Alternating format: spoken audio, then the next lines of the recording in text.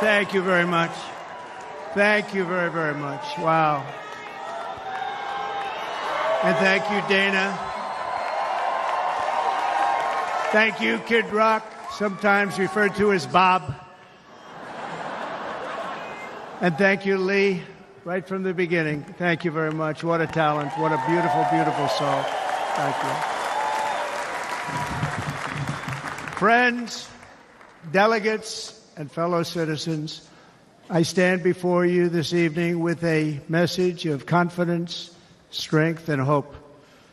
4 months from now, we will have an incredible victory, and we will begin the 4 greatest years in the history of our country.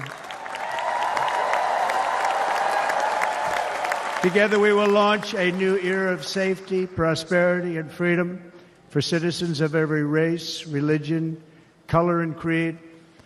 The discord and division in our society must be healed. We must heal it quickly. As Americans, we are bound together by a single fate and a shared destiny. We rise together or we fall apart. I am running to be president for all of America, not half of America, because there is no victory in winning for half of America. So tonight, with faith and devotion, I proudly accept your nomination for President of the United States. Thank you.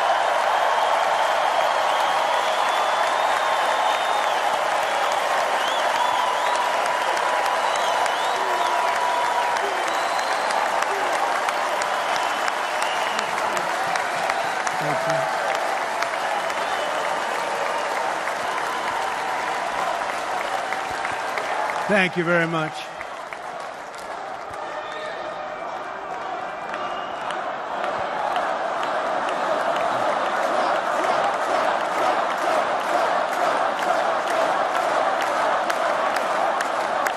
Thank you very much. And we will do it right. We're going to do it right. Let me begin this evening by expressing my gratitude to the American people for your outpouring of love and support following the assassination attempt at my rally on Saturday.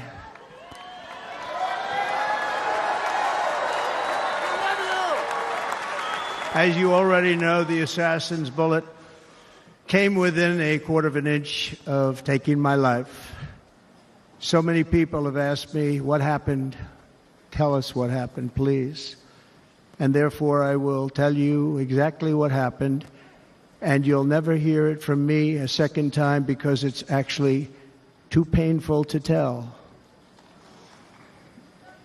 It was a warm, beautiful day in the early evening in Butler Township in the great Commonwealth of Pennsylvania.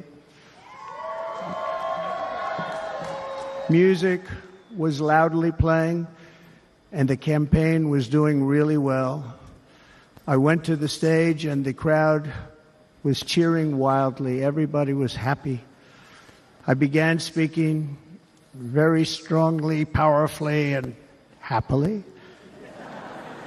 because I was discussing the great job my administration did on immigration at the southern border.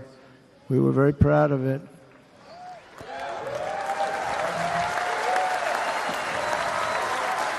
Behind me and to the right was a large screen that was displaying a chart of border crossings under my leadership. The numbers were absolutely amazing. In order to see the chart, I started to, like this, turn to my right and was ready to begin a little bit further turn, which I'm very lucky I didn't do, when I heard a loud whizzing sound and felt something hit me really, really hard on my right ear. I said to myself, wow, what was that? It can only be a bullet. and moved my right hand to my ear, brought it down. My hand was covered with blood, just absolutely blood all over the place. I immediately knew it was very serious, that we were under attack, and in one movement proceeded to drop to the ground. Bullets were continuing to fly as very brave Secret Service agents rushed to the stage, and they really did. They rushed to the stage.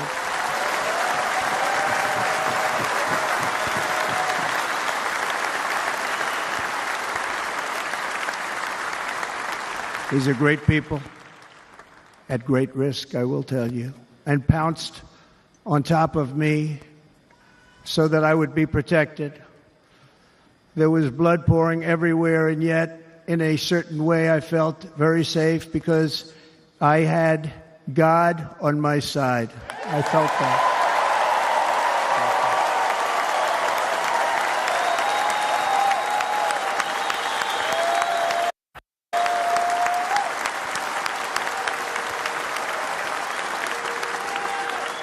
The amazing thing is that prior to the shot, if I had not moved my head at that very last instant, the assassin's bullet would have perfectly hit its mark, and I would not be here tonight. We would not be together.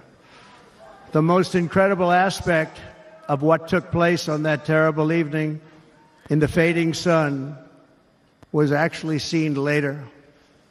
In almost all cases, as you probably know, and when even a single bullet is fired, just a single bullet, and we had many bullets that were being fired, crowds run for the exits or stampede, but not in this case. It's very unusual.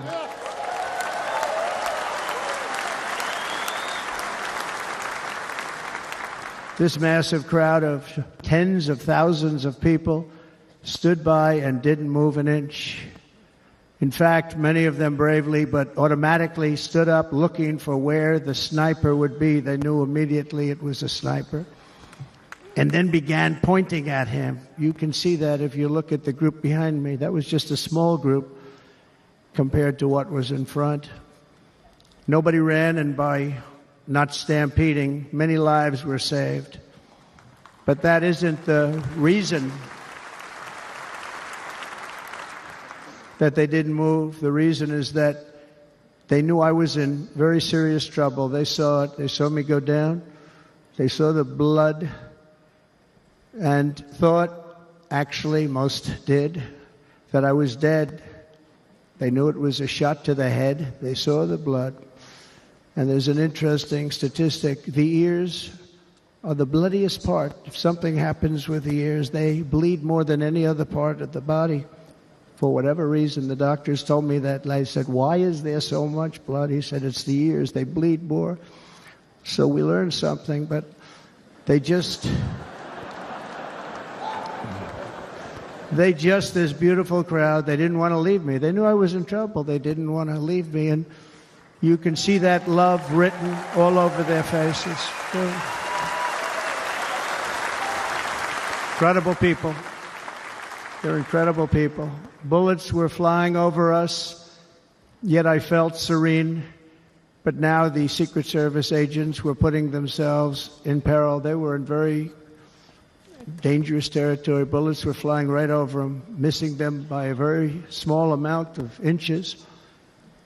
And then it all stopped. Our Secret Service sniper, from a much greater distance and with only one bullet used, took the assassin's life, took him out.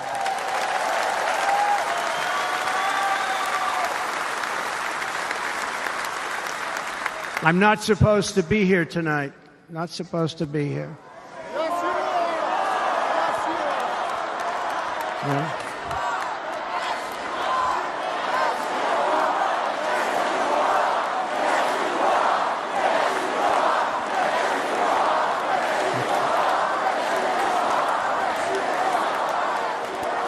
Thank you. But I'm not. And I'll tell you, I stand before you in this arena only by the grace of Almighty God.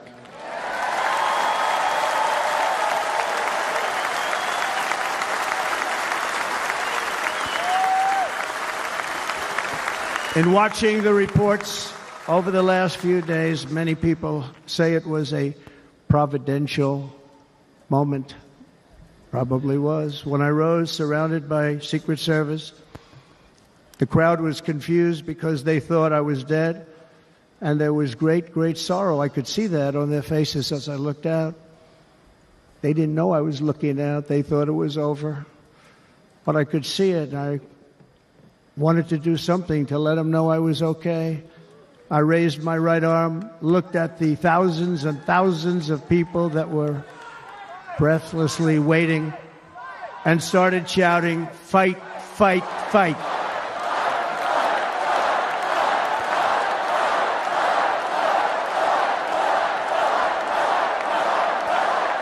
Thank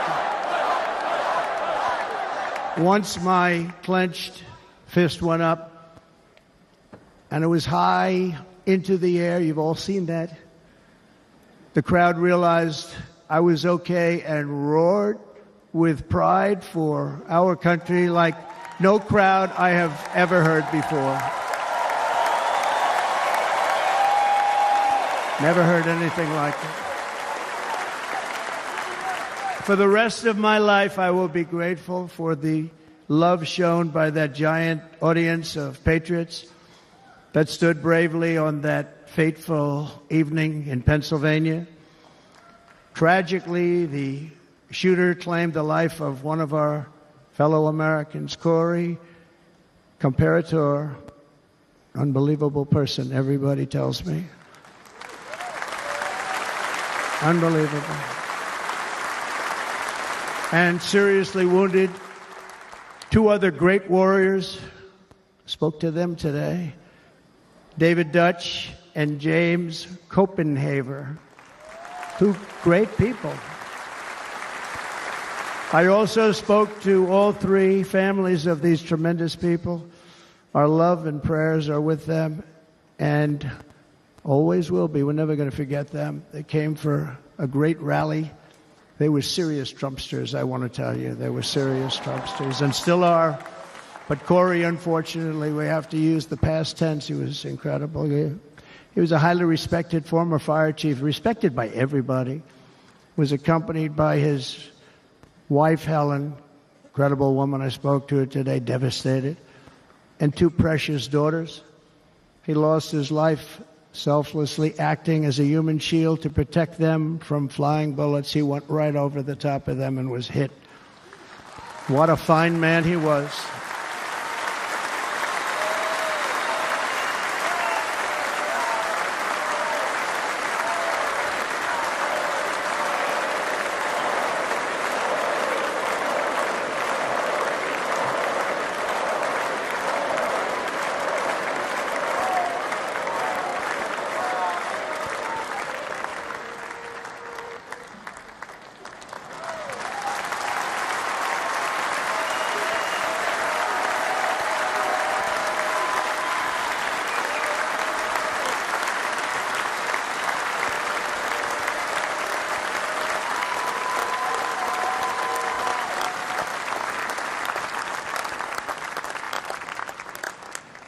I want to thank the fire department and the family for sending his helmet, his outfit, and it was just something, and they're going to do something very special when they get it. But we did something which cannot match what happened, not even close. But I am very proud to say that over the past few days, we've raised $6.3 million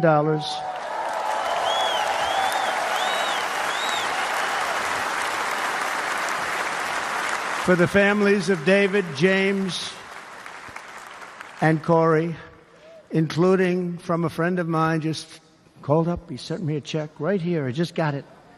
$1 million from Dan Newland. Thank you, Dan. And again, when speaking to the family, I told them, I said, well, I'm going to be sending you a lot of money, but it can't compensate. They all said the same thing. You're right, sir. We appreciate so much what you're doing, but nothing can take the place in the case of Corey. And the other two, by the way, they were very, very seriously injured, but now they're doing very well. They're going to be okay. They're going to be doing very well.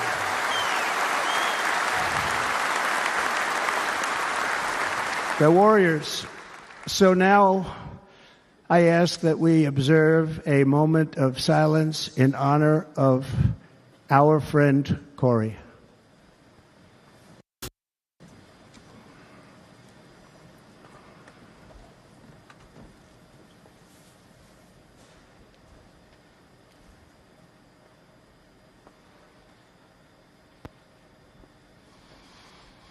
There is no greater love than to lay down one's life for others. This is the spirit that forged America in her darkest hours, and this is the love that will lead America back to the summit of human achievement and greatness. This is what we need. Despite such a heinous attack, we unite this evening more determined than ever. I am more determined than ever, and so are you. So is everybody in this room.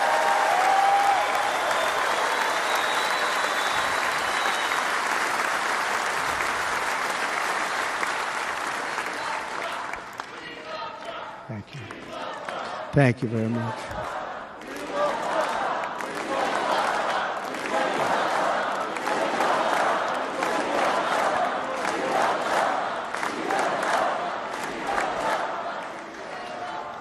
Our resolve is unbroken and our purpose is unchanged to deliver a government that serves the American people better than ever before.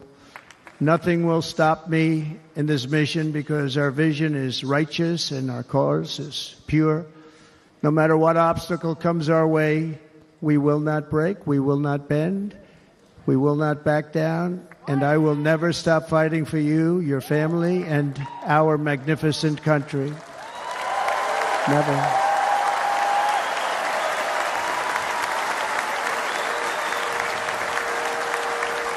And everything I have to give with all of the energy and fight in my heart and soul, I pledge to our nation tonight. Thank you very much. I pledge that to our nation. We're going to turn our nation around, and we're going to do it very quickly. Thank you.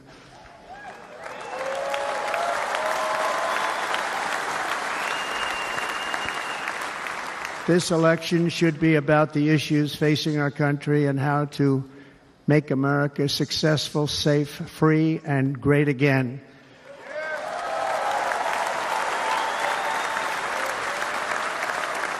In an age when our politics too often divide us, now is the time to remember that we are all fellow citizens. We are one nation under God, indivisible, with liberty and justice for all.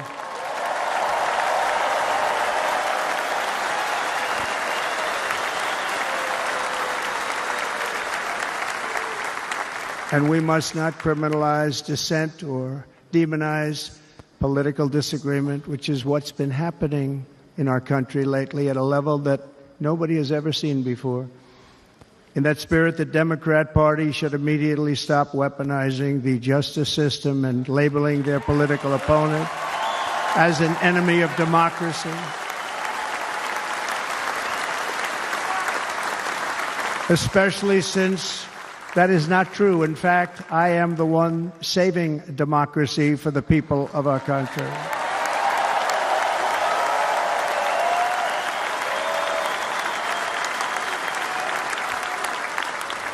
And very big news, as you probably just read, on Monday a major ruling was handed down from a highly respected federal judge in Florida, Aileen Cannon, finding that the prosecutor and the fake documents case against me were totally unconstitutional, and the entire case was thrown out of court.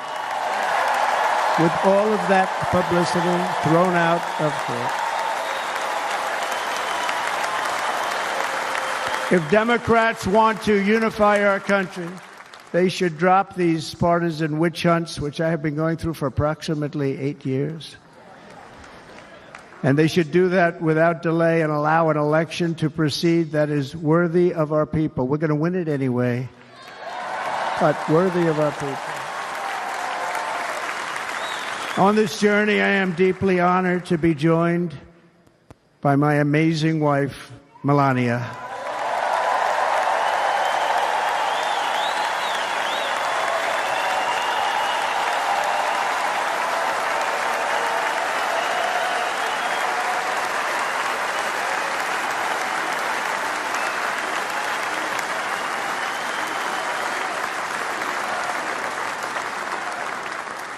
And Melania, thank you very much. You also did something really beautiful, a letter to America calling for national unity, and it really took the Republican Party by surprise. I will tell you, it was beautiful.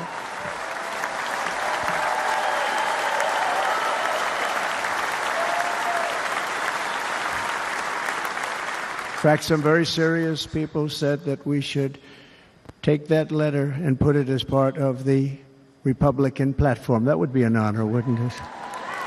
Right, Mr. Congressman?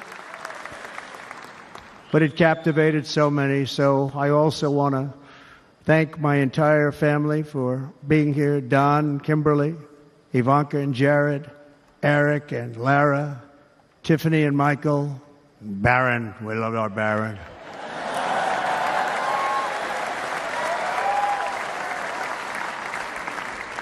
And of course, my 10 wonderful grandchildren. You saw a few of them up there on my lap before.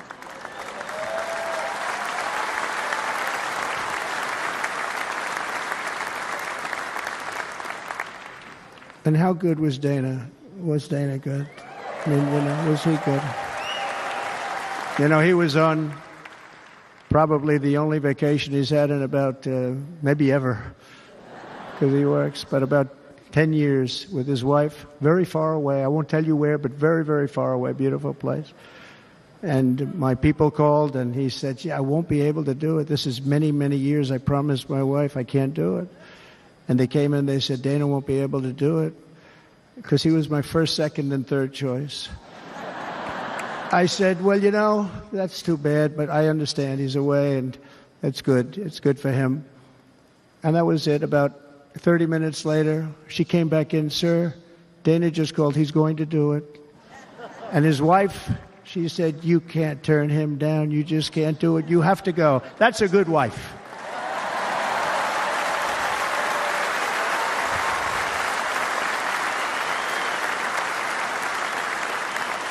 So he got on a plane. He got here a little while ago. Now he's going to get on the plane in a little while, and he's going to go back home to his wife.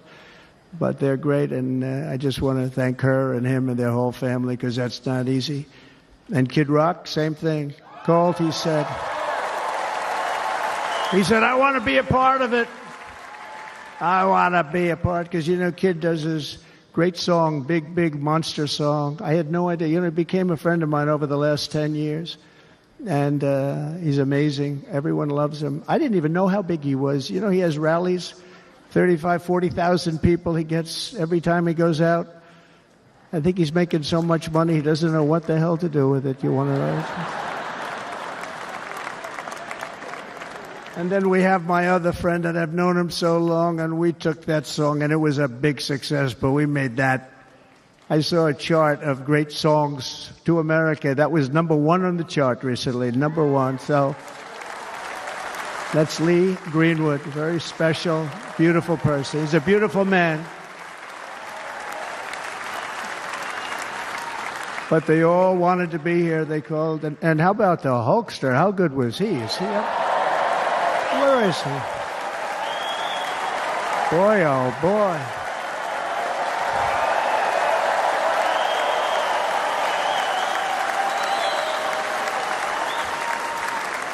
They may call that entertainment. I know about entertainment, but when he used to lift a 350-pound man over his shoulders and then bench press him 2 rows into the audience, I say, maybe entertainment, but he is one strong son of a gun. I will tell you, I watched it many times.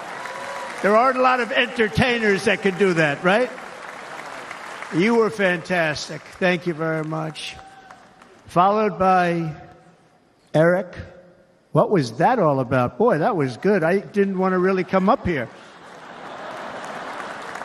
But he was so great, and he's such a good young man. He went through a lot of trouble, and Don last night was incredible. They went through so much trouble. They got subpoenaed more than any people probably in the history of the United States. Every week they get another subpoena from the Democrats, crazy Nancy Pelosi, the whole thing, just boom, boom, boom.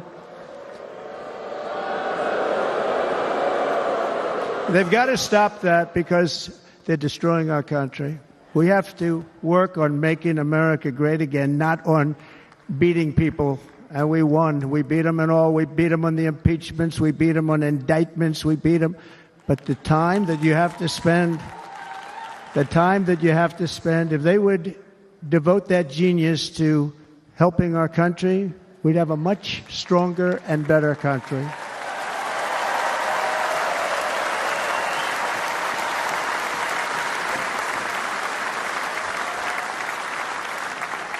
And Jason, the biggest star in country music. Jason, thank you for being here.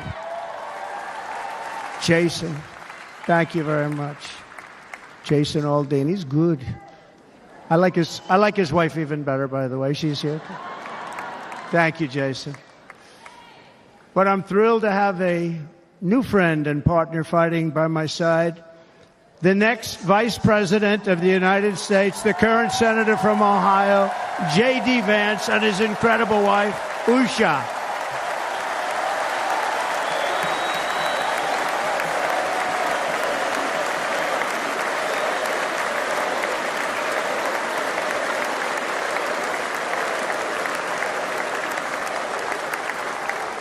He's going to be a great Vice President. He's going to be great. He'll be with this country and with this movement, greatest movement in the history of our country, Make America Great Again.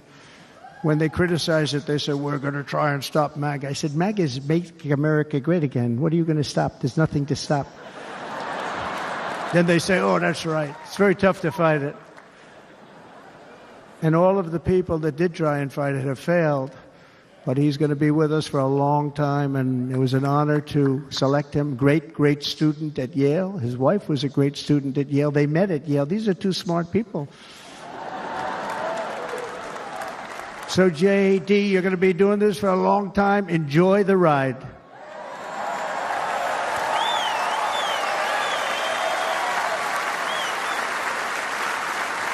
And a very special thank you to the extraordinary people of Milwaukee and the great state of... Oh, there they are. There they are. You are so easy to spot. And Green Bay's going to have a good team this year, right? They're going to have a good team. They're going to have a good team. Most of the audience doesn't like it, but it's true. You're going to have a very good team this year. And by the way, Wisconsin, we are spending over $250 million here creating jobs and other economic development all over the place. So I hope you will remember this in November and give us your vote. I am trying to buy your vote. I'll be honest about that.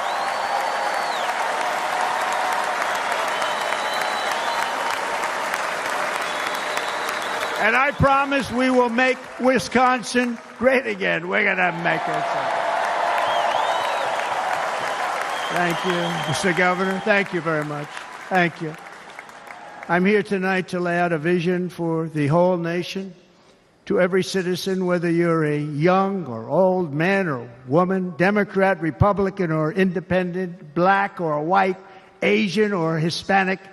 I extend to you a hand of loyalty and of friendship. Together we will lead America to new heights of greatness like the world has never seen before. We were right there in the first term.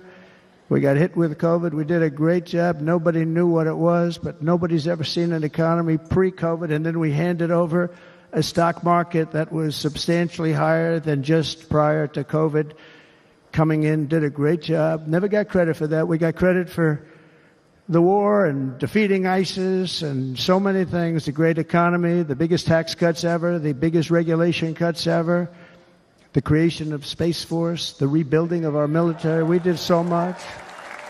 We did so much. Right to try. Right to try is a big deal.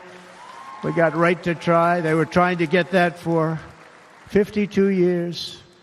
Somebody's terminally ill, and hopefully there's nobody in this audience, but it does happen a lot. They're terminally ill and they can't use our new space-age drugs and other things that we are way ahead. We have the greatest doctors in the world, the greatest laboratories in the world, and you can't do it. They've been trying to get that approved for 52 years. Wasn't that easy?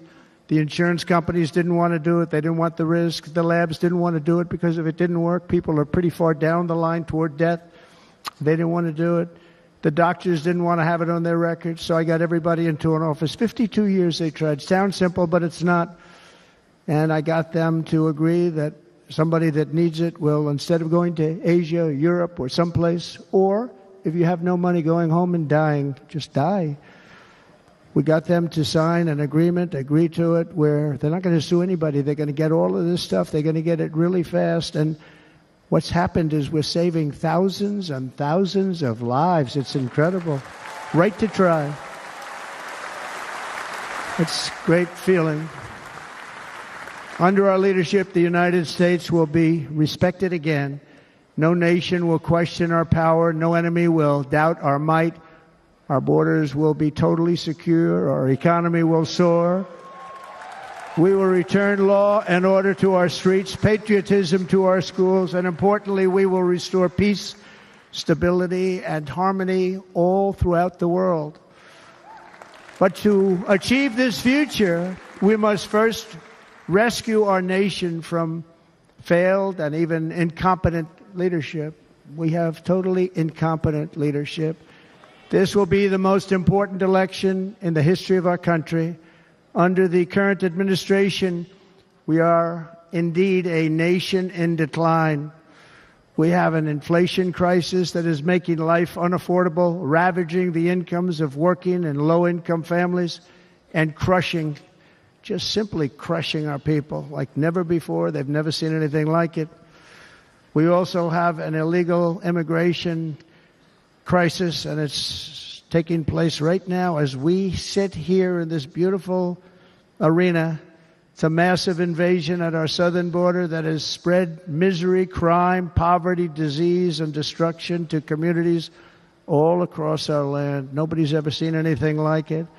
Then there's an international crisis, the likes of which the world has seldom been part of. Nobody can believe what's happening. War is now raging in Europe and the Middle East.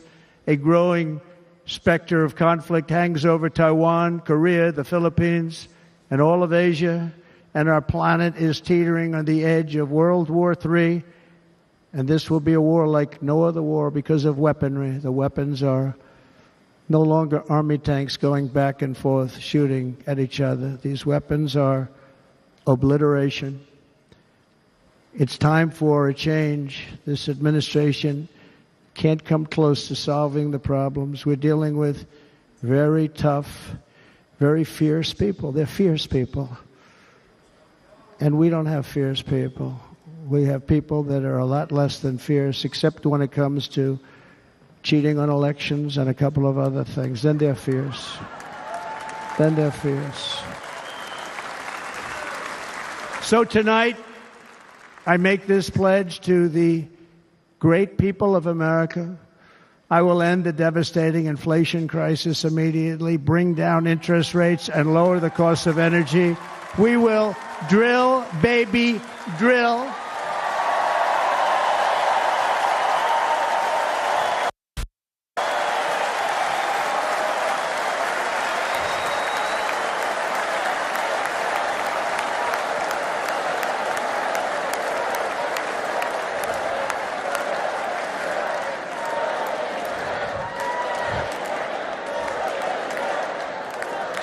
Can you believe what they're doing? But by doing that, we will lead a large-scale decline in prices. Prices will start to come down. Energy raised it. They took our energy policies and destroyed them. Then they immediately went back to them, but by that time, so much was lost. But we will do it at levels that nobody's ever seen before, and we'll end lots of different things. We'll start paying off debt and start lowering taxes even further. We gave you the largest tax cut. We'll do it more. You know, people don't realize I brought taxes way down, way down, and yet we took in more revenues the following year than we did when the tax rate was much higher. Most people said, how did you do that? Because it was incentive. Everybody was coming to the country. They were bringing back billions and billions of dollars into our country. The companies made it impossible to bring it back. The tax rate was too high, and the legal complications were far too great. I changed both of them, and hundreds of billions of dollars by Apple and so many other companies were brought back into our nation, and we had an economy the likes of which no nation had ever seen. China, we were beating them at levels that were incredible. And they know it. They know it. We'll do it again, but we'll do it even better. I will end the illegal immigration crisis by closing our border and finishing the wall, most of which I've already built.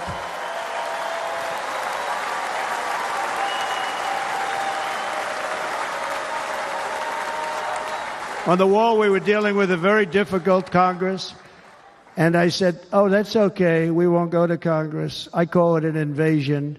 We gave our military almost $800 billion. I said, I'm going to take a little of that money because this is an invasion, and we built, most of the wall is already built, and we built it through using the funds because what's better than that? We have to stop the invasion into our country that's killing hundreds of thousands of people a year. We're not going to let that happen. I will end every single international crisis that the current administration has created, including the horrible war with Russia and Ukraine, which would have never happened if I was president, and the war caused by the attack on Israel, which would have never happened if I was president. Iran was broke. Iran had no money. Now Iran has $250 billion. They made it all over the last 2.5 years. They were broke. I watched the other day on a show called Deface the Nation. Has anyone seen it? And they had a congressman who was a Democrat say, well, whether you like him or not, Iran was broke dealing with Trump. I told China and other countries, if you buy from Iran, we will not let you do any business in this country, and we will put tariffs on every product you do send in of 100% or more. And they said to me, well, I think that's about it. They weren't going to buy any oil. And they were ready to make a deal. Iran was going to make a deal with us. And then we had that horrible, horrible result that we'll never let happen again. The election result, we're never going to let that happen again. They used COVID to cheat. We're never going to let it happen again. And they took off all the sanctions, and they did everything possible for Iran. And now Iran is very close to having a nuclear weapon, which would have never happened. This is a shame what this administration, the damage that this administration has done. And I say it often. If you took the 10 worst presidents in the history of the United States, think of it, the 10 worst, added them up, they will not have done the damage that Biden has done. Only going to use the term once. Biden. I'm not going to use the name anymore, just one time. The damage that he's done to this country is unthinkable. It's unthinkable. Together we will restore vision, strength, competence, and we're going to have a thing called common sense making most of our decisions, actually. It's all common sense. Just a few short years ago, under my presidency, we had the most secure border and best economy in the history of our country, in the history of the world. We had the greatest economy in the history of the world. We had never done anything like it. We were beating every country, including China, by leaps and bounds. Nobody had seen anything like it. We had no inflation. Soaring incomes were going. Nobody can believe it. You can't believe what happened 4 years ago is happening now in reverse. And the world was at peace. Inflation has been a killer for our country. No matter what you make it, it doesn't matter because inflation is eating you alive. People that were putting away money, they were making great wages, the highest they've ever made, but they were putting away a lot of money. Now they are just being destroyed. They're not putting away anything. They're barely living. They're going into savings accounts. They're taking out their money to live because of inflation. Inflation, remember, it's called a country buster. You can go back to Germany from 100 years ago. You can go back to any country that suffered great inflation. We've suffered the worst inflation we've ever had. But go back and see what's happened to those countries. We've had the worst inflation we've ever had under this person. But in less than 4 years, our opponents have turned incredible success into unparalleled tragedy and failure. It's been a tremendous failure. Today, our cities are flooded with illegal aliens. Americans are being squeezed out of the labor force and their jobs are taken. And by the way, you know who's taking the jobs that are created? 107% of those jobs are taken by illegal aliens. And you know who's being hurt the most by millions of people pouring into our country? The black population and the Hispanic population, because they're taking the jobs from our black population, our Hispanic population, and they're also taking them from unions. The unions are suffering because of it. Thank you. Thank you. I like you too. Thank you very much. Inflation has wiped out the life savings of our citizens and forced the middle class into a state of depression and despair. That's what it is. It's despair and depression. We cannot and will not let this continue. Less than 4 years ago, we were a great nation, and we will soon be a great nation again. We're going to be a great nation again.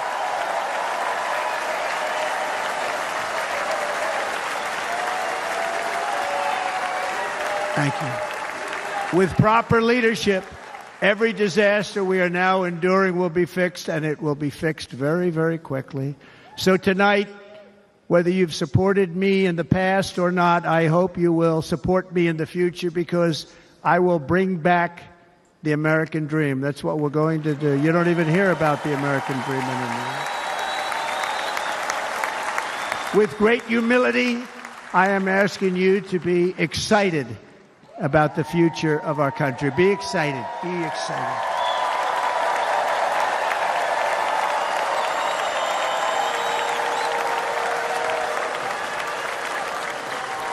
And by the way, the news reports, look at all of those big networks. Look at them. They're all here. But every one of them has said this could be the most organized, best run, and most enthusiastic convention of either party that they've ever seen. Every single one.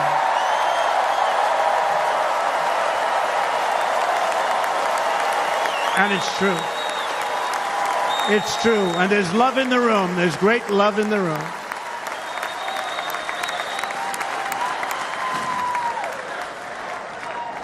So I better finish strong. Otherwise, we'll blow it, and we can't let that happen. Now, this was great. All of the great people that spoke, and everybody hit a home run. I mean, there's not one that I can think of where I said, oh, gee, that wasn't great. Every single person. I refuse to be the only one. Don't do that to me. They're already getting ready. See, I gave them an idea. Now, this was a great convention. This was, I think we're actually going to go home and miss it. You know, usually with a first of all, look at these crowds. You'd never have this at a convention. Look at these crowds.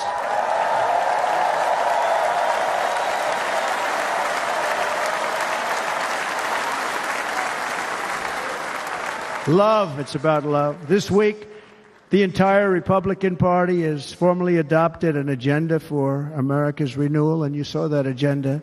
And it's very short compared to the long, boring, meaningless agendas of the past, including the Democrats. They write these things that are hundreds of pages long, and they never read them after they're done. In their case, fortunately, they don't read them because they're pretty bad.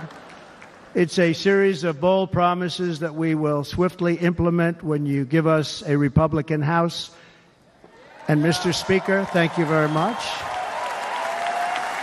We have our great Speaker of the House with us tonight. Mr. Speaker, thank you very much. Thank you. A Republican Senate, we have many senators here. And send me back to our beautiful White House just a few short months from now. We're talking about just months. It can't come fast enough. We have to get it done. First, we must get economic relief to our citizens. Starting on day one, we will drive down prices and make America affordable again. We have to make it affordable. It's not affordable. People can't live like this. Under this administration, our current administration, groceries are up 57%, gasoline is up 60 and 70%, mortgage rates have quadrupled. And the fact is, it doesn't matter what they are because you can't get the money anyway. You can't buy houses. Young people can't get any financing to buy a house. The total household costs have increased an average of $28,000 per family under this administration. Republicans have a plan to bring down prices and bring them down very, very rapidly. By slashing energy costs, we will in turn reduce the cost of transportation, manufacturing, and all household goods. So much starts with energy. And remember, we have more liquid gold under our feet than any other country by far. We are a nation that has the opportunity to make an absolute fortune with its energy. We have it, and China doesn't. Under the Trump administration, just 3.5 years ago, we were energy independent. But soon we will actually be better than that. We will be energy dominant and supply not only ourselves, but we will supply the rest of the world with numbers that nobody has ever seen, and we will reduce our debt, $36 trillion. We will start reducing that, and we will also reduce your taxes still further. Next, and by the way, they want to raise your taxes 4 times. Think of it. And all my life I grew up watching politicians. I always loved politics. I guess I was on the other side. I'd watch and they were always talking about, we will give you a tax cut. We will give you a tax cut. My whole life I was watching, I will give you a tax cut, right, Mr. Congressman? That's all they talked about. This is the only administration that said, we're going to raise your taxes by 4 times what you're paying now, and people are supposed to vote for them? I've never heard it. You're paying too much. We're going to reduce your taxes still further. We gave you the biggest one, as I said. We're going to give you more, and it's going to lead to tremendous growth. We want growth in our country. That's what's going to pay off our debt. And next, we will end the ridiculous and actually incredible waste of taxpayer dollars that is fueling the inflation crisis. They spent trillions of dollars on things having to do with the Green New Scam. It's a scam. And that's caused tremendous inflationary pressures in addition to the cost of energy. And all of the trillions of dollars that are sitting there not yet spent, we will redirect that money for important projects like roads, bridges, dams, and we will not allow it to be spent on meaningless green new scam ideas.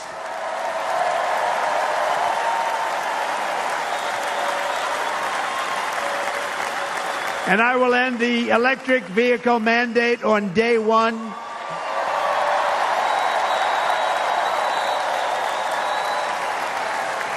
Thereby saving the U.S. auto industry from complete obliteration, which is happening right now, and saving U.S. customers thousands and thousands of dollars per car.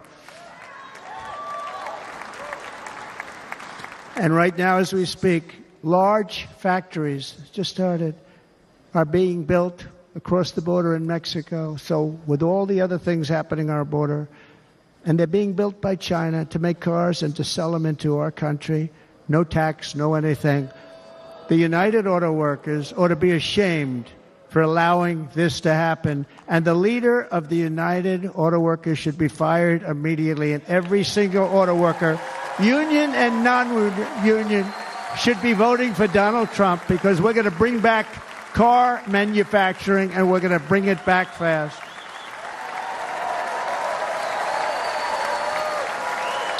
They're building some of the largest auto plants anywhere in the world. Think of it, in the world. We're going to bring it back. We're going to make them. We don't mind that happening, but those plants are going to be built in the United States, and our people are going to man those plants.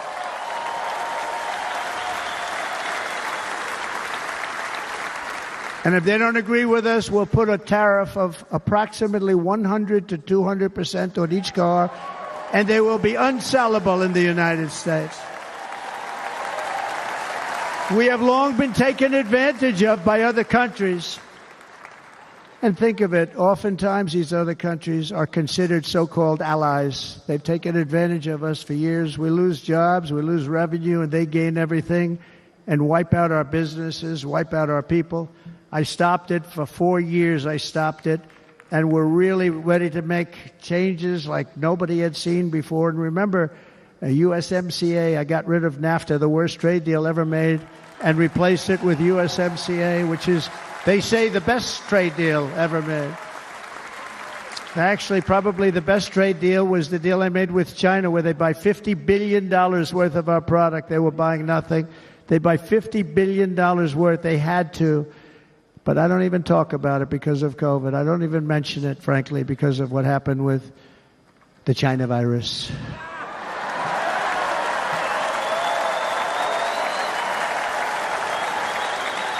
We will not let countries come in, take our jobs, and plunder our nation. They come and do that.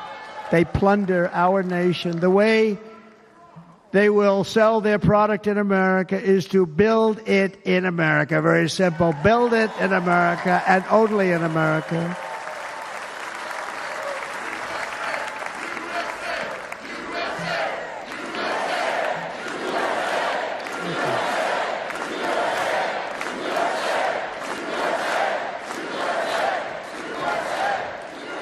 And this very simple formula in Congress has to go along with us, and they will.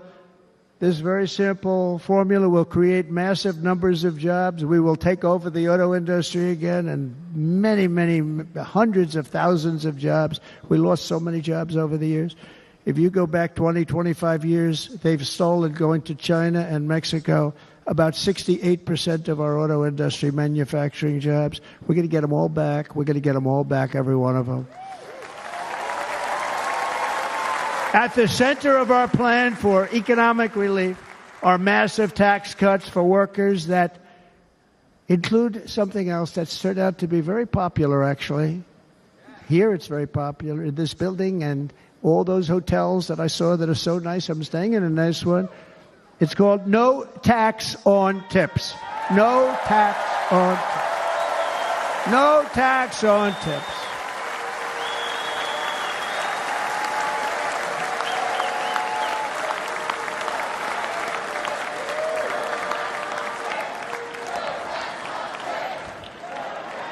I got that by having dinner recently in Nevada, where we're leading by about 14 points. Hello. I'll see you there very soon, everybody. And we're having dinner at a beautiful restaurant in the Trump building on the Strip, and it's a great building, and the waitress comes over. How's everything going? A really nice person. How's everything? Oh, sir, it's so tough. The government's after me all the time on tips, tips, tips. I said, well, they give you cash. Would they be able to find him? She said, actually, and I didn't know this, she said, very little cash is given. It's all put right on the check. And they come in and they take so much of our money, it's just ridiculous. And they don't believe anything we say. And they've just hired, as you know, 88,000 agents to go after them even more. And I said, this shows the level of my, most people go out, they hire consultants, they pay them millions of dollars. But I said to her, let me just ask you a question. Would you be happy if you had no tax on tips? She said, what a great idea. I got my information from a very smart waitress. That's better than spending millions of dollars. And everybody loves it. Waitresses and caddies and drivers and everybody's a large group of people that are being really hurt badly. They make money, let them keep their money. I'm going to protect Social Security and Medicare. Democrats are going to destroy Social Security and Medicare because all of these people, by the millions they're coming in, they're going to be on Social Security and Medicare and other things, and you're not able to afford it. They are destroying your Social Security and your Medicare. Under my plan, incomes will skyrocket, inflation will vanish completely, jobs will come roaring back, and the middle class will prosper like never, ever before, and we're going to do it very rapidly.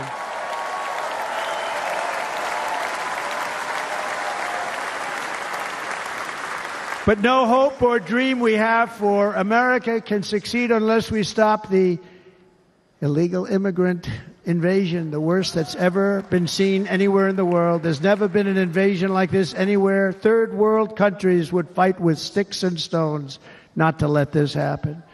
The invasion at our southern border, we will stop it, and we will stop it quickly. You heard Tom Homan yesterday. Tom Homan, put him in charge and just sit back and watch. Brandon Judd of Border Patrol, he's incredible. These guys, they really, their job is a lot easier if they don't have to do anything, but they want to. They're patriots. Brandon Judd, Border Patrol, ICE. ICE goes out. You have to see what ICE does with MS-13. You have these are probably the worst gang, and ICE goes in there. And I know a lot of people in these rows here, and they're very tough people, but they don't want to do this job. They'll go into a pack of MS-13 killers. They're the worst, probably the worst gangs in the world. We have thousands of them. I moved thousands and thousands out in my 4 years. We moved them out, and it was a pleasure. But ICE would go right into a pack of these killers, and you see fists flying, you see everything flying, and then they take them. They put them in a paddy wagon. They take them back, and they get them out of our country. And the other countries weren't accepting them back, and I called up, and I said, tell them that we're not giving them economic aid anymore. And the next day, I got calls from all of these countries that were terminated.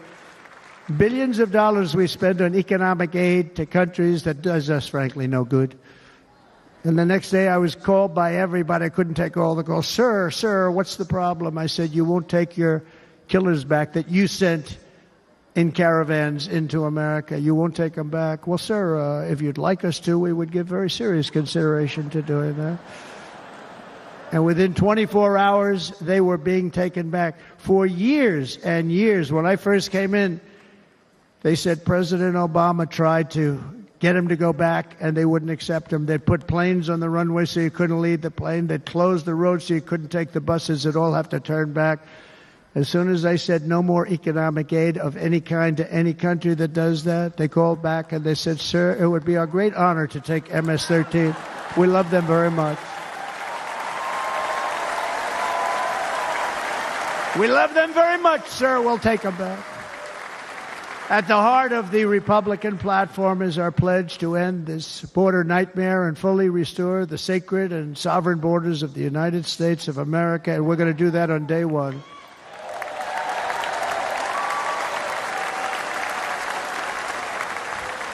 That means two things on day one, right?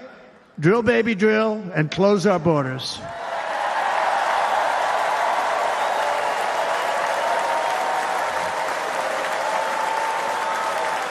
And by the way, and I think everybody as a Republican, as a patriot in this room, and most Democrats, we want people to come into our country, but they have to come into our country legally.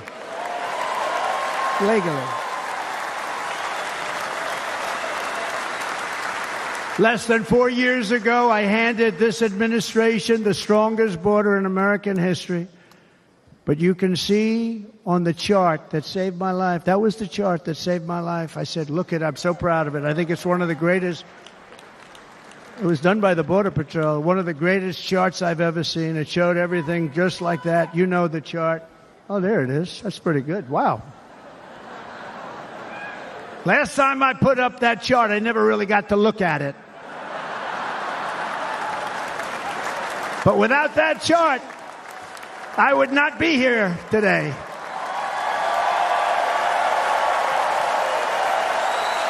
Never got to look at it.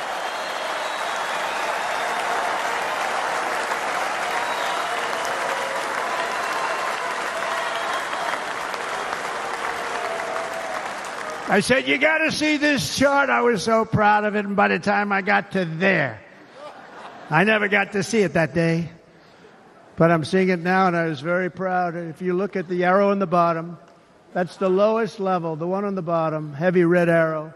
That's the lowest level of illegal immigrants ever to come into our country in recorded history, right there. Right there.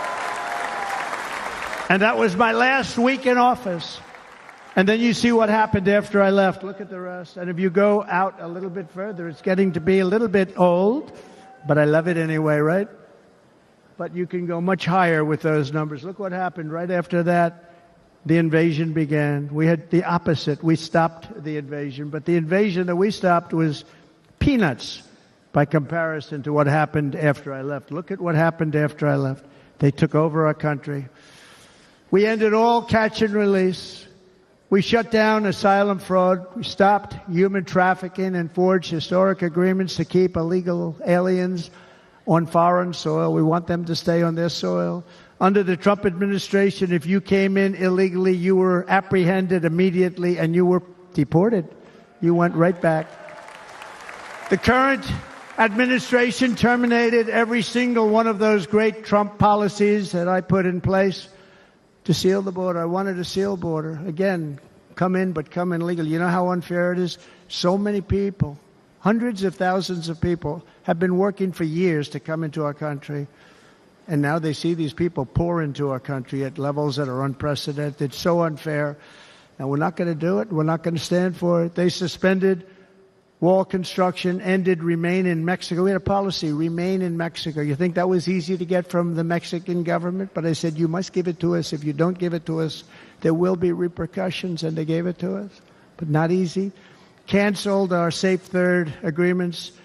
Demolished Title 42. Implemented nationwide catch and release. That's catch and release, where we catch them and release them into our country. We catch them and release them into Mexico. There's a slight difference. And took 93, this is the previous administration, 93 executive actions to throw open our border to the world. The entire world is pouring into our country because of this very foolish administration. The greatest invasion in history is taking place right here in our country. They are coming in from every corner of the earth, not just from South America, but from Africa, Asia, the Middle East. They're coming from everywhere. They're coming at levels that we've never seen before. It is an invasion indeed, and this administration does absolutely nothing to stop them. They're coming from prisons. They're coming from jails. They're coming from mental institutions and insane asylums. The press is always on me because I say this. Has anyone seen Silence of the Lambs?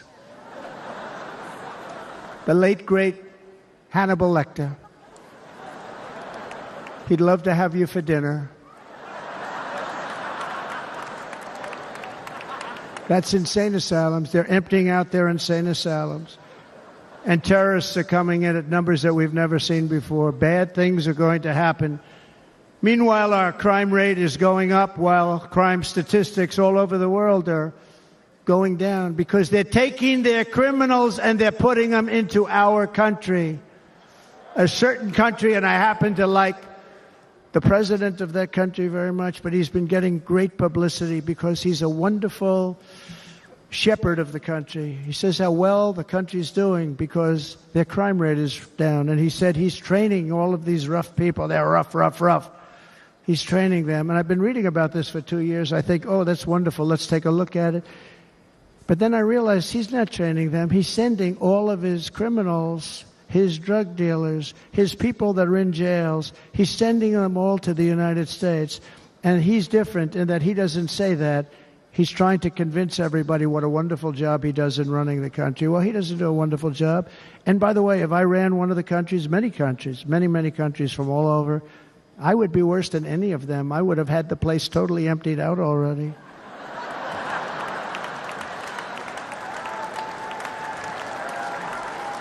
But we become a dumping ground for the rest of the world, which is laughing at us. They think we're stupid. And they can't believe that they're getting away with what they're getting away with, but they're not going to be getting away with it for long. That's what I can tell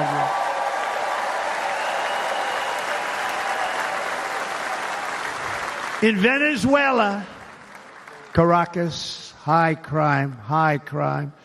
Caracas, Venezuela, really a dangerous place, but not anymore. Because in Venezuela, crime is down 72%. In fact, if they would ever win this election, I hate to even say that, we will have our next Republican convention in Venezuela because it will be safe. Our cities will be so unsafe, we won't be able. We will not be able to have it there. In El Salvador, murders are down by 70%. Why are they down? Now, he would have you convinced that because he's trained murderers to be wonderful people. No. They're down because they're sending their murderers to the United States of America. This is going to be very bad. And bad things are going to happen, and you're seeing it happen all the time. That's why, to keep our families safe, the Republican platform promises to launch the largest deportation operation in the history of our country. Even larger than that of President Dwight D. Eisenhower from many years ago. You know, he was a moderate, but he believed very strongly in borders. He had the largest deportation operation we've ever had. Just recently, I spoke to the grieving mother of Jocelyn Nungary, a wonderful woman, a precious 12-year-old girl from Houston who last month was tied up, assaulted, and strangled to death after walking to the convenience store just a block away from her house. Her body was dumped near the side of the road in a shallow creek, found by some onlookers who couldn't believe what they had witnessed. Charged with Jocelyn's heinous murder are 2 illegal aliens from Venezuela who came across our border, were in custody, and were then released into the country by this horrible, horrible administration that we have right now. I also met recently with the heartbroken mother and sister of Rachel Morin. Rachel was a 37-year-old mom of 5 beautiful children who was brutally raped and murdered while out on a run. She wanted to keep herself in good shape. It was very important to her. She was murdered. The monster responsible first killed another woman in El Salvador before he was led into America by the White House. This White House let them in. He then attacked a 9-year-old girl and her mother in a home invasion in Los Angeles before murdering Rachel in Maryland. Traveled all throughout the country, doing tremendous damage. Rachel's mother will never be the same. I spent time with her. She will never be the same. I've also met with the wonderful family of Laken Riley, the brilliant 22-year-old nursing student. She was so proud of being first in her class, who was out for a jog on the campus of the University of Georgia when she was assaulted, beaten, and horrifically killed. Yet another American life was stolen by a criminal alien set free by this administration. And these were incredible people we're talking about. These were incredible people who died. Tonight, America, this is my vow. I will not let these killers and criminals into our country.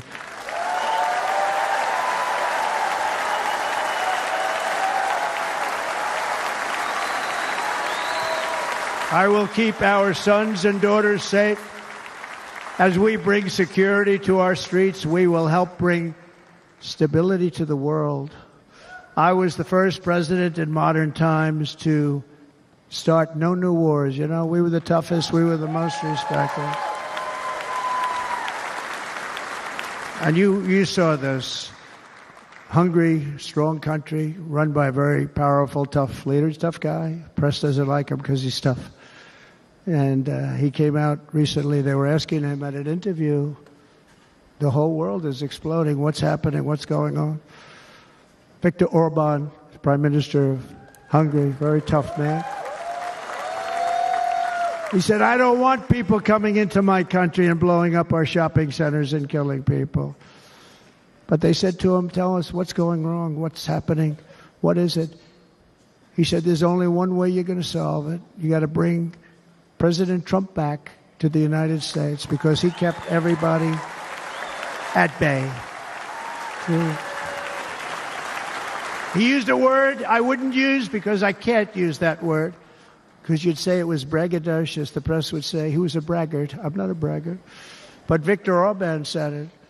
He said Russia was afraid of him. China was afraid of him. Everybody was afraid of him. Nothing was going to happen. The whole world was at peace. And now the world is blowing up around us. All of these things that you read about were not going to happen. Under President Bush, Russia invaded Georgia. Under President Obama, Russia took Crimea. Under the current administration, Russia is after all of Ukraine. Under President Trump, Russia took nothing.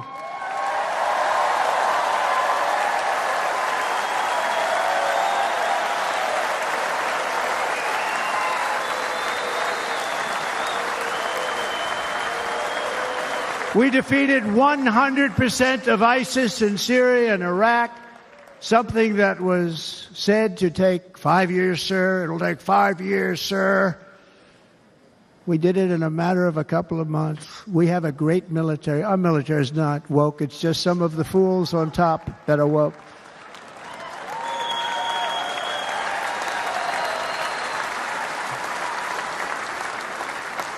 I got along very well. North Korea, Kim Jong-un, I got along very well with him. The press hated when I said that. How could you get along with him? Well, you know, it's nice to get along with somebody who has a lot of nuclear weapons or otherwise, isn't it? See, in the old days, they'd say, that's a wonderful thing. Now they say, how can you possibly do that? But no, I got along with them, and we stopped the missile launches from North Korea. Now North Korea is acting up again, but when we get back, I get along with him. He'd like to see me back, too. I think he misses me, if you want to know the truth. Our opponents inherited a world at peace and turned it into a planet of war. We're in a planet of war. Look at that attack on Israel. Look at what's happening with Ukraine. The cities are just bombed out. How can people live like that where buildings, massive buildings, are falling to the ground? It began to unravel with the disastrous withdrawal from Afghanistan, the worst humiliation in the history of our country. We have never had a humiliation like that. 13 heroic U.S. service members were tragically and needlessly killed. 45 others were horrifically wounded. Nobody ever talks about them. No arms, no legs, face explosions, horrifically wounded. And by the way, we have a man in this room who's running for the U.S. Senate from a great state, Nevada, named Sam Brown, who paid the ultimate price. Thank you, Sam. Thank you, Sam. Thank you. He paid the biggest price probably ever paid by anybody that is running for office, and I think he's going to do great. He's running against a person that is not good, not respected, a total lightweight. But Sam, I think, paid, really, we were talking about it with some of the senators that are working so hard for Sam, but he paid the biggest price of any senator ever to run for the Senate. I don't think anybody's ever what he did. He was a real hero, a really great person. And he's running, and I hope that everybody gets out and votes for Sam Brown.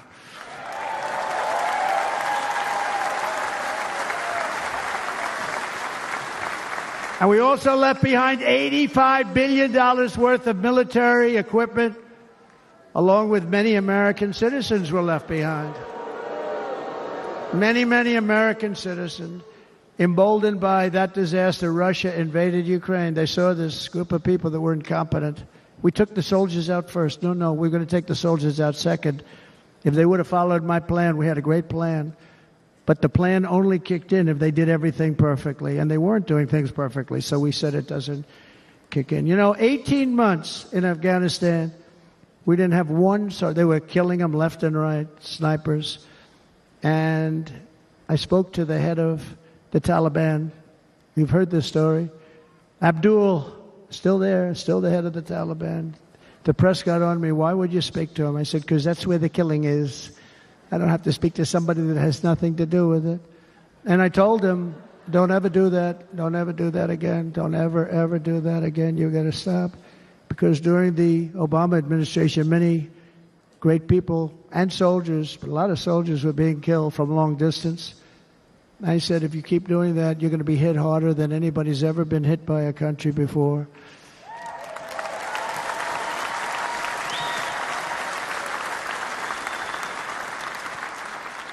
And he said, I understand, Your Excellency. He called me Your Excellency.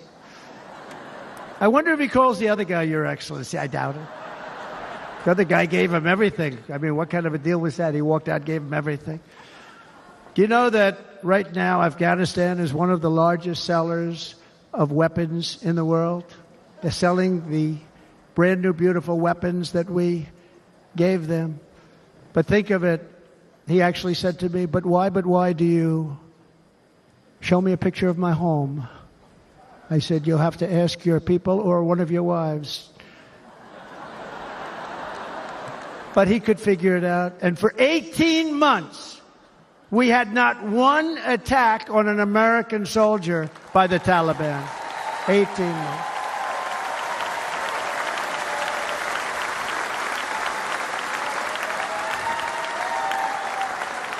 And then we had that horrible day where soldiers were killed. I was not there because of a ridiculous election. But we had that horrible attack. And they also gave up Bagram, one of the biggest bases anywhere in the world, air bases anywhere in the world, the longest runways, most powerful, hardened, thickened runways. We gave it up. And I liked it not because of Afghanistan. I liked it because of China. It's 1 hour away from where China makes their nuclear weapons. And you know who has it now? China has it now. We were keeping that. And now China is likewise circling Taiwan, and Russian warships and nuclear submarines are operating 60 miles off the coast in Cuba. Do you know that? No, the press refuses to write about it. If that were me running this country and we had nuclear submarines in Cuba, I will tell you that headlines every day would be, what's wrong with our president? You don't even hear this. You're not hearing about this. Russia has nuclear submarines and warships 60 miles away, Mr. Congressman, from Miami, by the way, happens to be here. Correct? In Cuba. And that would not be stood for if it were somebody else. They don't want to mention it, but now maybe they will. And the entire world, I tell you this, we want our hostages back, and they better be back before I assume office, or you will be paying a very big price.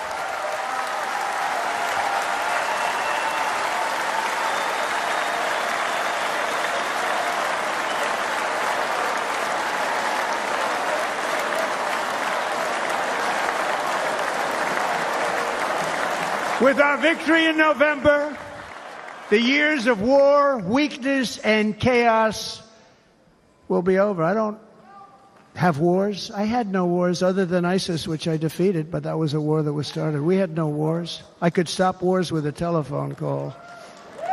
I could stop wars with just a telephone call. If properly stated, it would never start. We will replenish our military and build an Iron Dome missile defense system to ensure that no enemy can strike our homeland. And this great Iron Dome will be built entirely in the USA. We're going to build it in the USA. And Wisconsin, just like I gave you that massive ship contract, and you're doing a very nice job, Governor, right? Thank you, Governor. And they're doing a great job. In fact, I had a little design change, and we gave them a tremendous for essentially what we used to call destroyers. These are now the most beautiful. They look like yachts. I said, we have to take the bow, and we have to make it a little nicer and a little point at the top instead of a flat nose. And the people at the shipyard said, this guy sort of knows what he's doing. We have the most beautiful ships, right, Governor? And everybody's sitting over there. And it was a big contract that everybody wanted. I gave it to Wisconsin, but we're going to have a lot of that built right here in the state of Wisconsin and all other states. Israel has an Iron Dome. They have a missile defense system. 342 missiles were shot into Israel, and only one got through a little bit. It was badly wounded. It fell to the ground, but most of them are. And Ronald Reagan wanted this many years ago, but we really didn't have the technology many years ago. Remember, they called it Starship, spaceship, anything to mock him. But he was a very good president, very, very good.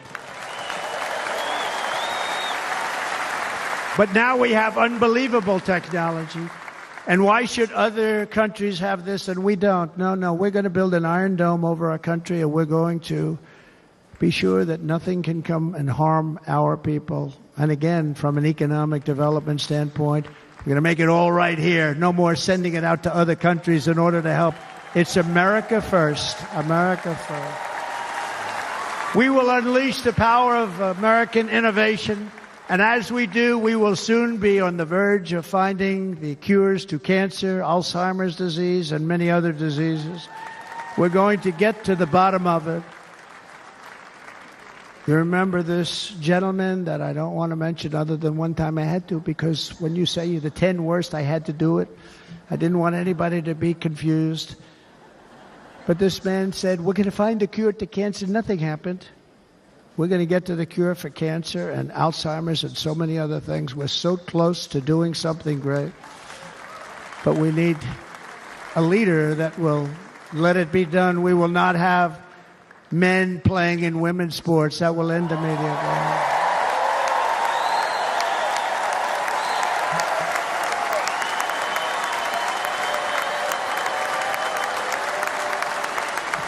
And we will restore and renovate our nation's once great cities, making them safe, clean, and beautiful again. And that includes our nation's capital, which is a horrible killing field. So many things. They leave from Wisconsin. They go to look at the Washington Monument. They end up getting stabbed, killed, or shot. We will be very soon very proud of our capital, again, Washington, D.C.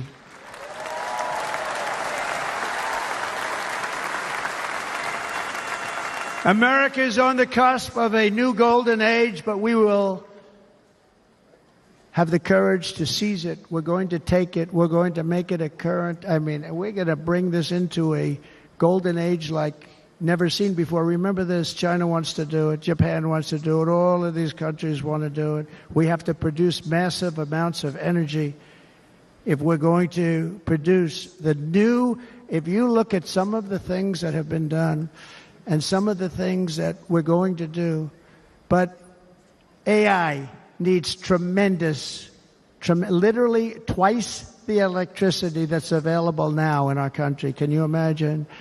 But instead, we're spending places where they recharge electric cars. They built 8 chargers at a certain location toward the Midwest. 8 chargers for $9 billion. Think of them as a tank for filling up your gas. Think of it. They spent $9 billion on 8 chargers, 3 of which didn't work. And if you were going to do this all over our country, this crazy electric mandate, if you're going to do this and by the way, I'm all for electric. They have their application. But if somebody wants to buy a gas-powered car, gasoline-powered car, or a hybrid, they're going to be able to do it. And we're going to make that change on day 1.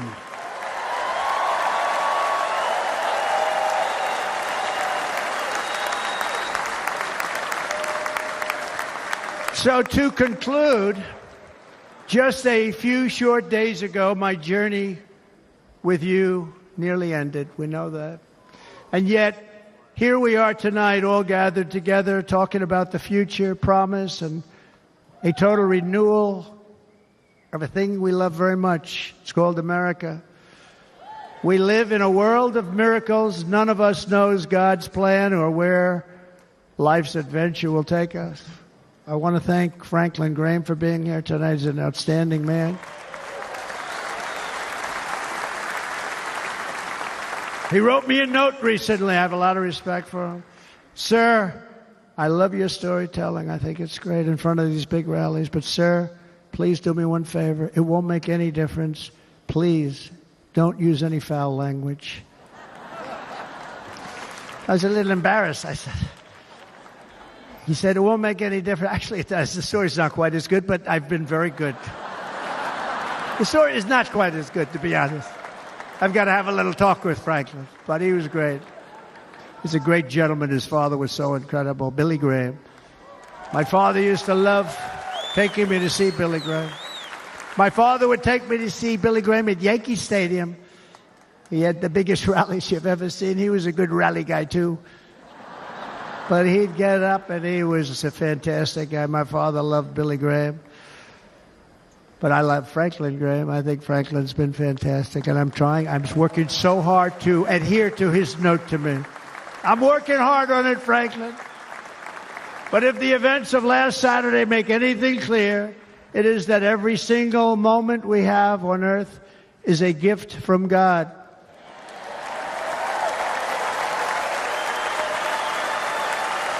We have to make the most of every day for the people and for the country that we love.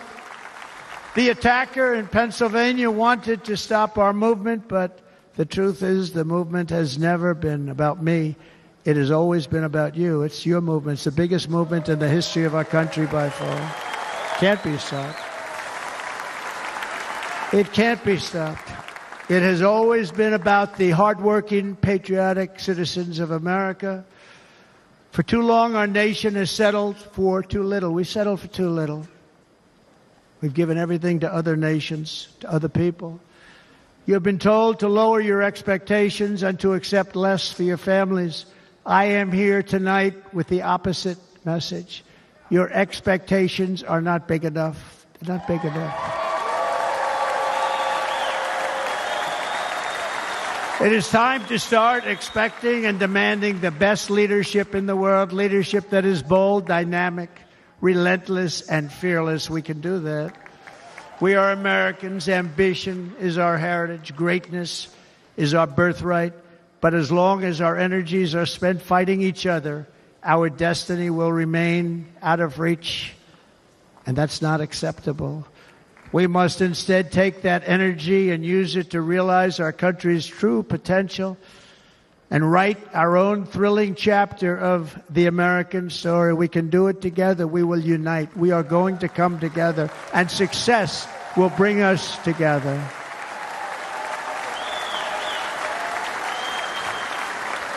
It is a story of love, sacrifice, and so many other things. And remember the word, devotion. It's unmatched devotion.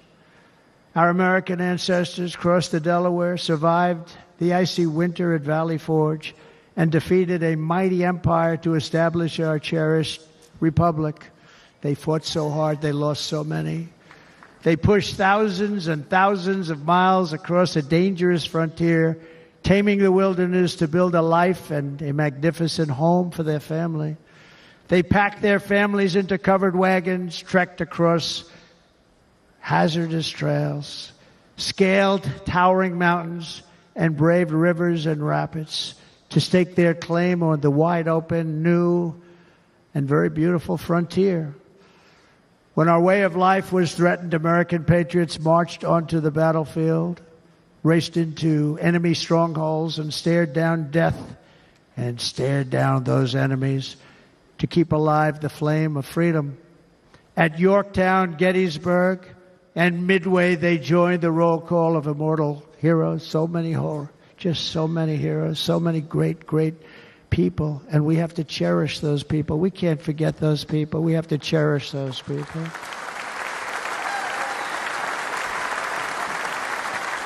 And building monuments to those great people is a good thing, not a bad thing. They saved our country. No challenge was too much.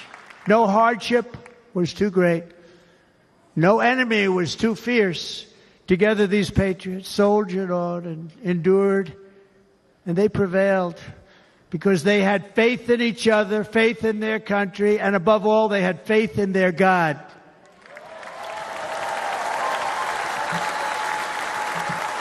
Just like our ancestors, we must now come together, rise above past differences. Any disagreements have to be put aside and go forward united as one people, one nation, pledging allegiance to one great, beautiful, I think it's so beautiful, American flag. Tonight I ask for your partnership, for your support, and I am humbly asking for your vote. I want your vote. It's going to make our country great again. Every day I will strive to honor the trust you have placed in me, and I will never, ever let you down. I promise that. I will never let you down. To all of the forgotten men and women who have been neglected, abandoned, and left behind, you will be forgotten no longer. We will press forward, and together we will win, win, win.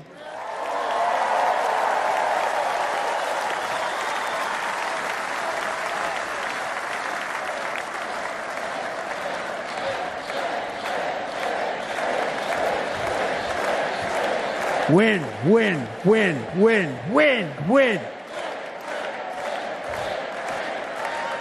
Nothing will sway us, nothing will slow us, and no one will ever stop us.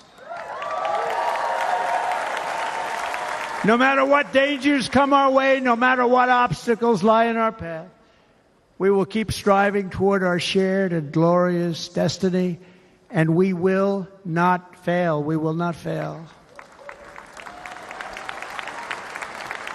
Together we will save this country, we will restore the republic, and we will usher in the rich and wonderful tomorrows that our people so truly deserve. America's future will be bigger, better, bolder, brighter, happier, stronger, freer, greater, and more united than ever before.